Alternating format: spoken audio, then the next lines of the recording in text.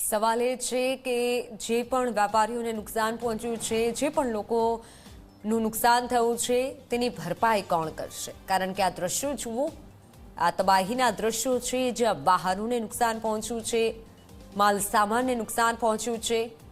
Podar market, આ market ધમધમતું હોય છે ઇલેક્ટ્રોનિક સામાનથી, અને ત્યાં પાણી ભરાતા નુકસાનીના દ્રશ્યો સામે આવ્યા છે. સુરતમાં વરાછા રોડ પર આવેલ પોદાર માર્કેટમાં છું કે જ્યાં એ વરસાદી પાણી સાથે એ ખાડીઓના પાણી જે બીજા વિસ્તારમાંથી એ વરસાદની સાથે એ આવ્યા, એ પાણી અહીંયા ભરાયા અને એ પાણી ભરાવાના કારણે જે 2 દિવસ આ પોદાર માર્કેટનું એ બેઝમેન્ટ અને ગ્રાઉન્ડ ફ્લોરની અડધી દુકાનો મળીને એ 150 થી 200 દુકાનો એ પાણીમાં ગરકાવ થઈ. 2 દિવસ બાદ એ મોટર મૂકીને એ પાણી ખાલી કરવામાં આવ્યા.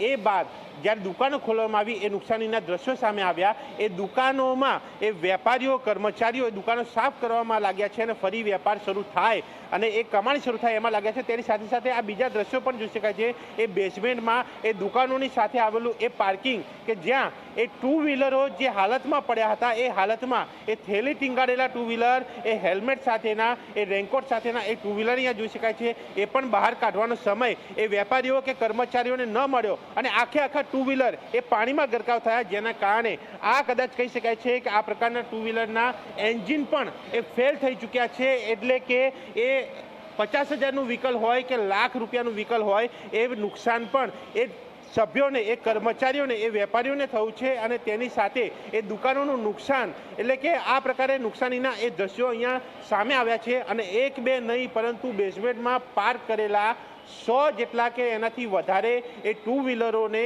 આ નુકસાન થયું છે. જે 2 વ્હીલરો અહીંયાથી એ ગેરેજમાં જશે અને એ બાદ એ ગેરેજનો સ્ટાફ એ 2 વ્હીલરોની ચકાસણી કરીને એ એસ્ટિમેટ આપશે કે 2 વ્હીલર શરૂ થશે કે કેમ, અને શરૂ થશે તો એમાં કેટલો ખર્ચો આવશે. એ નુકસાની પણ એ જે તે વ્યક્તિને ભોગવવાની રહેશે. અને જ્યારે આ બેઝમેન્ટમાં નુકસાન થયું છે, પોદાર માર્કેટમાં નુકસાન થયું છે, ત્યારે વેપારીઓ એ લોકો પાસે, એ તંત્ર પાસે મદદ માગી રહ્યા છે, જેથી કરીને આ નુકસાની ક્યાંક ઓછી કરી શકાય. કારણ કે બહારથી આવેલા, રિપેરિંગમાં આવેલા એ મોબાઈલો પણ અહીંયા નષ્ટ થઈ ચૂક્યા છે. એ પાણીમાં એ તમામ વસ્તુઓ જે છે એ પલળીને એ નષ્ટ થઈ ચૂકી છે અને તેના કારણે એ વેપારીઓને એ લાખો કરોડોનું નુકસાન થયું છે. અને હવે એ વેપાર ક્યારે ઊભો થશે, એ કર્મચારીઓનો પગાર કઈ રીતે થશે, એ ચિંતા એ વેપારીઓને સતાવી રહી છે.